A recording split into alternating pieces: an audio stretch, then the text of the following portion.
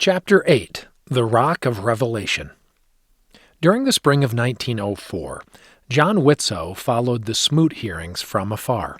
His friend and mentor Joseph Tanner, now serving as the superintendent of church schools and a counselor in the Sunday School General Presidency, was one of several saints summoned to testify before the Senate committee.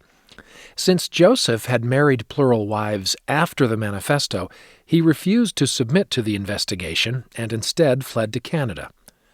"I do not feel at all alarmed," he wrote to John in late April, signing the letter with an alias. "When the Smoot case is decided, we shall have rest perhaps for a while." Like other saints, John believed the Smoot hearings were simply another trial of faith for the church. He and Leah Whitsoe were back in Logan. Along with their daughter Anna, they had a son, Marcel, and a baby on the way. Another son, John Jr., had died in February 1902, a few months before his first birthday. John's mother, Anna, and her sister, Petroline Garden, had left Utah to serve a mission in Norway, their homeland, in 1903. In a letter to Leah, John's mother described their work. "We have met many old friends and talked with them about the gospel, many who never have had a conversation with a Latter-day Saint before," she wrote. "We are trying to knock on the door of tradition, but it is not easy work to get it open." John's younger brother Osborne, meanwhile, had recently completed a mission in Tahiti and was now studying English literature at Harvard. Leah worked at home with the children and served on her stake Young Ladies Mutual Improvement Association board. She also wrote monthly lessons on home economics for the Young Woman's Journal. Each lesson was part of a year-long course that young women in the church could study and discuss in their YLMIA meetings. Leah approached each lesson scientifically, drawing on her university training to teach her readers about cooking, home furnishing, first aid, and basic medical care. John taught chemistry at the Agricultural College, ran the school's experiment station, and studied ways to improve farming in Utah's dry climate. His work took him to rural towns all around the state as he taught farmers how to use science to raise better crops. He also served as president of his ward Young Men's MIA and as a member of the stake Sunday School Board. Like Leah, he wrote regularly for the church magazines. John had sympathy for young saints who struggled, as he once did, to reconcile gospel knowledge with secular learning. More and more people were embracing the idea that science and religion were at odds with each other. Yet John believed that science and religion were both sources of divine, eternal principles and could be reconciled. Recently, he had begun publishing a series of articles called Joseph Smith as Scientist in the Improvement Era, the official magazine of the YMMIA. Each article explained how the restored gospel anticipated some major discovery of modern science. In his article, Geological Time, for instance, John explained how passages from the book of Abraham accommodated scientific views that the earth was much older than the 6,000 years some biblical scholars estimated. In another article, he identified parallels between aspects of the controversial theory of evolution and the doctrine of eternal progression. The series was a success. President Joseph F. Smith, who served as editor of the Improvement Era, sent a personal letter praising the series. His only regret was that he could not pay John for the work. "Like some of the rest of us," he wrote, "you will, for the present at least, have to accept your pay in the knowledge that you have done good work for the benefit of the boys and girls of Zion." "Our situation seems most serious now," Apostle Francis Lyman wrote in his journal. Joseph F. Smith's testimony at the Reed-Smoot hearing had done little to resolve the Senate committee's concerns about the existence of post-manifesto plural marriages in the church, nor did it help the saints' case that Apostles John W. Taylor and Matthias Cowley, acting on the advice of church leaders, made themselves scarce soon after the Senate committee summoned them to testify at the hearings. Like Joseph Tanner and other church members, both men had married plural wives after the manifesto. The two apostles had also performed many new plural marriages and encouraged saints to keep the practice alive. As president of the 12, Francis had resolved that each man in the quorum should comply with the newly issued Second Manifesto. He had sent letters to several apostles, advising them of the First Presidency's determination to implement the proclamation. "It is well that we shall understand this important matter alike, and govern ourselves accordingly," he wrote, "that there shall be no dissensions or disputations among us." Later, President Smith assigned Francis to make sure that no more plural marriages took place in the church. Since the late 1880s, some apostles had been authorized to perform sealings outside of temples for outlying areas. In September 1904, President Smith declared that all sealings must now take place in temples, thus making it impossible for saints to enter into legitimate plural marriages in Mexico, Canada, or elsewhere. Francis promptly informed the apostles of this decision. In December, President Smith sent Francis to persuade John W. Taylor to testify at the Smoot hearings. Francis found John W. in Canada and encouraged him to follow the prophet's counsel. At last, John W. agreed to testify and began preparing to travel to Washington. That night, Francis went to bed, his mission a success, but at 3 o'clock in the morning he awoke trembling. The thought of John W. testifying at the hearings troubled him. John W. was deeply committed to plural marriage. If he revealed that he had performed post-manifesto plural marriages, it would embarrass the church and ruin Reed Smoot's chances of serving in the Senate. A quiet, peaceful feeling settled over Francis as he considered advising John W. against going to Washington. He asked the Lord to confirm that this was the correct course to take. A gentle sleep overtook him, and he dreamed that he saw President Wilford Woodruff. Surprised and full of emotion, he called out President Woodruff's name and threw his arms around him. He then awoke, confident that his change of mind was right. He sought out John W. immediately and told him about the dream. John W. was ready to leave for Washington, but he was relieved when Francis counseled him not to go. Francis returned to Salt Lake City a short time later. Joseph F. Smith approved of his work in Canada, yet the question remained of what to do with the two apostles. President Smith knew he needed to demonstrate that the church was firmly committed to ending plural marriage. To satisfy the Senate committee, he would have to formally distance John W. and Matthias from church leadership, either by disciplining them or by asking them to resign. He relished neither option. Church leaders were split on how to handle the crisis. In October 1905, however, advisors to Reed Smoot warned them that time was running out for the church to act. While testifying before the Senate committee earlier that year, Reed had promised that church authorities would investigate the charges made against John W. and Matthias. 6 months later, no investigation had taken place, and now some senators were questioning Reed's honesty. To postpone an investigation any longer would signal to the world that church leaders were acting in bad faith when they claimed to be actively opposing polygamy. The two apostles were summoned to church headquarters, and over the next week, the 12 met day after day to discuss what to do. At first, John W. and Matthias defended their actions, drawing a distinction between the church's formal withdrawal of support for plural marriage and their individual choice to continue entering into new marriages. Neither man fully sustained the Second Manifesto, however, a position now incompatible with good standing in the church. Ultimately, the quorum asked the two apostles to sign resignation letters. At first, John W. refused to resign. He accused his quorum of giving in to political pressure. Matthias responded more mildly, but he too was reluctant to comply. In the end, though, both men wanted what was best for the church.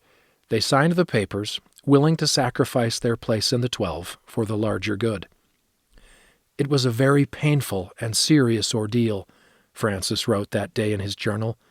We were all very sorely distressed over it.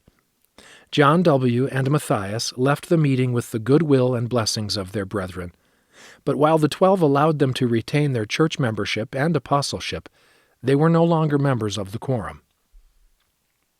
2 months later, on the morning of December 23, 1905, Susa Gates climbed into a carriage in Vermont, in the northeastern United States. The prophet Joseph Smith had been born exactly 100 years earlier on a farm about 3 miles to the east, in the tiny village of Sharon. Now Susa and around 50 saints were going to the farm to dedicate a monument to his memory. Leading the group was President Joseph F. Smith. With the Smoot hearings still in progress, he remained under the constant scrutiny of government officials and newspaper reporters. Earlier that year, the Salt Lake Tribune had published his testimony at the Smoot hearings alongside editorials casting doubt on his prophetic call and personal integrity. Joseph F. Smith has publicly denied that he receives revelations, or ever has received revelation, from God to guide the Mormon Church, read one editorial. How far ought the Mormons to follow that kind of leader? The editorials left some saints confused and full of questions. As Joseph Smith's nephew, Joseph F. Smith had personal reasons for coming to Vermont, yet the dedication would also give him another opportunity to speak publicly about the church and testify of the divine work of the restoration. Once Susa and the party were situated in their carriages, they set out for the dedication ceremony. The farm was at the top of a nearby hill, and the steep country roads were muddy with thawing snow. Local workers had hauled the 100-ton monument along the same roads, piece by piece. At first, they had simply planned to pull the load with draft animals. But when a team of 20 strong horses could not budge the stone, workers spent nearly 2 grueling months dragging the monument up the hill with a horse-drawn system of ropes and pulleys. Nearing the farm, the party gasped as they rounded the final bend in the road. Ahead of them was a polished granite obelisk reaching 38.5 feet into the sky, a foot for each year of Joseph Smith's life. Beneath the obelisk was a large pedestal with an inscription bearing testimony of the prophet's sacred mission. The words of James 1:5, the scripture that had inspired him to seek revelation from God, graced the top of the pedestal. Junius Wells, the monument's designer, met the party at a cottage built on the foundation of the site where Joseph Smith was born. Upon entering the house, Susa admired the flat gray hearthstone, which the builders had preserved from the original home. Most of the saints who had known the prophet personally were now dead, but this hearthstone was an enduring witness of his life. She could imagine him playing beside it as a toddler. The service began at 11 o'clock. As he dedicated the memorial, President Smith gave thanks for the restoration of the gospel and asked a blessing on the people of Vermont who supported the monument's construction. He set the site apart as a place where people could come to meditate, learn more about Joseph Smith's prophetic mission, and rejoice in the restoration. He likened the foundation of the monument to the church's foundation of prophets and apostles, with Jesus Christ as the chief cornerstone. He also compared its base to the rock of revelation on which the church was built. In the days that followed, Susa, Joseph F. Smith, and other saints took a short tour of church sites in the eastern United States. Under President Smith's direction, the church had begun purchasing several sites sacred to its history, including the Carthage jail, where his father and uncle had been killed. Other church historic sites in the eastern states remained out of the church's hands, although their owners generally gave the saints permission to tour them. In Manchester, New York, the group walked reverently through the woods, where Joseph Smith had seen his first vision of the Father and Son. During the prophet's life, he and other saints had occasionally testified publicly of his vision. But in the decades after Joseph's death, Orson Pratt and fellow church leaders had emphasized its central role in the restoration of the gospel. An account of it now appeared as scripture in the Pearl of Great Price, and missionaries frequently referred to it in their discussions with people outside the church. A profound sense of awe rested over Susa and her companions as they pondered the sacred event. Here the boy kneeled in absolute faith, Susa reflected. Here, finally, earth's fountains burst, and truth, the sum of existence, swept down on the beams of direct revelation.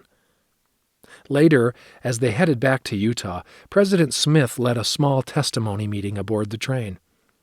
"'Tis not I, nor any man, not even the prophet Joseph Smith, who stands at the head of this work, directing and leading it," he told them. "It is God, through his Son, Jesus Christ." The message stirred Susa, and she was awed by the love of the Savior for God's children. "Men are men, and therefore weak," she noted. But Jesus Christ was Lord of all the world. While the saints celebrated the dedication of the Joseph Smith Memorial, Anna Whitsoe and Petroline Garden were still in Norway, preaching the gospel. More than 2 years had passed since the sisters left Utah. Their mission call had been unexpected, but not unwelcome. They had both been eager to return to their homeland to share their faith in the restored gospel with relatives and friends. Anthon Scanchi, one of the missionaries who taught Anna the gospel in the 1880s, was president of the Scandinavian mission when the sisters arrived in July 1903. He assigned them to work in the area of Trondheim, Norway, where Anna had lived when she joined the church. From there, the sisters took a boat to their home village, Titran, on a large island off Norway's west coast. Anna was apprehensive when she arrived on the island. 20 years earlier, people in Titran had turned their backs on her for joining the church. Would they accept her and her religion now? Word quickly spread that the sisters had returned as Latter-day Saint missionaries. At first, no one, friend or family, would give them a place to stay. Anna and Petroline persisted, and eventually some people opened their doors. One day, the sisters visited their uncle, Jonas Havik, and his family. Everyone seemed guarded, ready to debate the sisters about their beliefs. Anna and Petroline avoided the topic of religion, and the first night ended without conflict. But the next morning, after breakfast, their cousin Marie began asking the sisters difficult questions about the gospel, trying to provoke an argument. "Marie," Anna said, "I was determined not to speak to you about religion, but now you'll listen to what I have to say." She bore a forceful testimony, and Marie listened in silence. But Anna could tell that her words had no effect. She and Petroline left the house later that day, heartbroken over what had happened. The sisters soon returned to Trondheim, but they went back to Titran several times over the next 2 years. The people grew more welcoming as time went on, and Anna and Petroline were eventually invited into every home in town. Their service in other parts of Norway was also challenging, but the sisters were grateful they had experience in church service before they left for their mission. They were also grateful that they spoke Norwegian before they arrived. "We take our part more on all occasions when the young missionaries who can't speak the language, neither when they come nor when they go home," Anna informed John in a letter. As happy as missionary work made Anna, she missed her family in Utah. John, Osborne, and Leah wrote regularly. In the summer of 1905, John reported that he lost his job at the agricultural college when the school administration ousted him and 2 other faithful church members from the faculty. Brigham Young University, the new name for Brigham Young Academy in Provo, immediately hired him to run its chemistry department. Since its founding in 1875, the school had grown into the church's preeminent institution of higher learning, and John gratefully accepted the job. Osborne, meanwhile, graduated from Harvard and accepted a position as head of the English department at Latter-day Saints University in Salt Lake City. "God has been good with us," Anna told John in a letter. "I believe we have been able, with the Lord's help, to do something good. We have seen much fruit of our labor here, and I hope and pray to God that we may also be assisted by Him in the new year, as in the year past." In January 1906, mission leaders assigned Anna and Petroline to remain in Trondheim to finish their mission among family members and do genealogical research. Their relatives were still not interested in the gospel, but the sisters no longer sensed hostility and suspicion from them. They took comfort in this change. They had done their part to serve the Lord in Norway.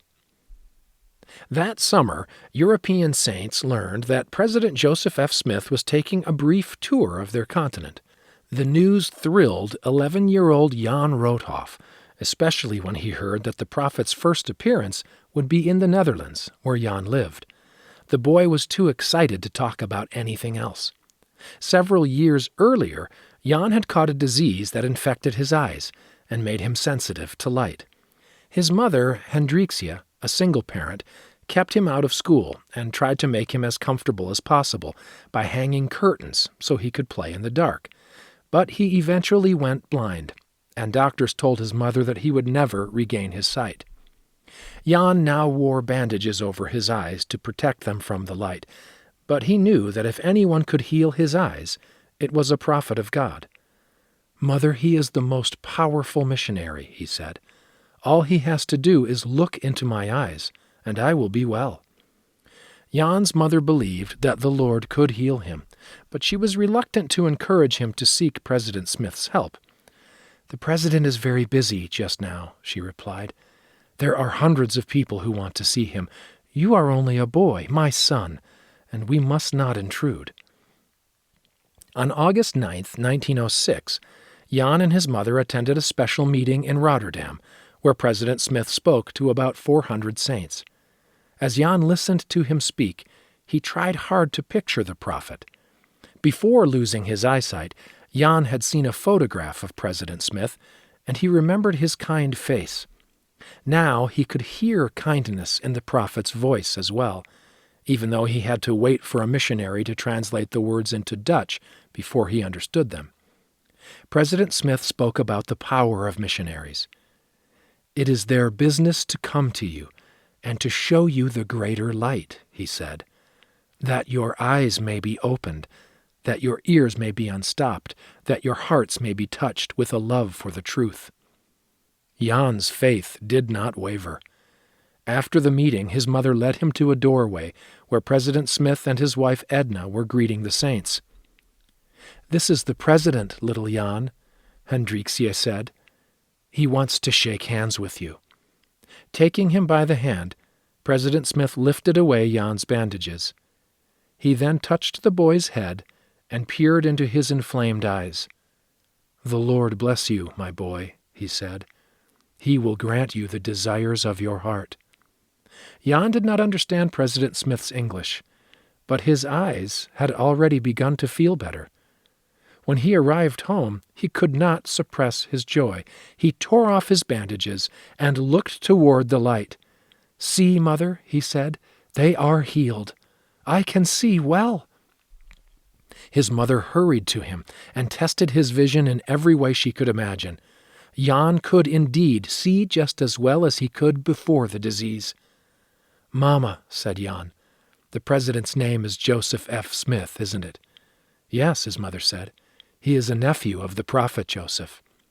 "I shall pray for him always," Jan said. "I know he is a true prophet." After leaving Rotterdam, Joseph F. Smith and his party traveled east to Germany, where around 3,000 saints lived.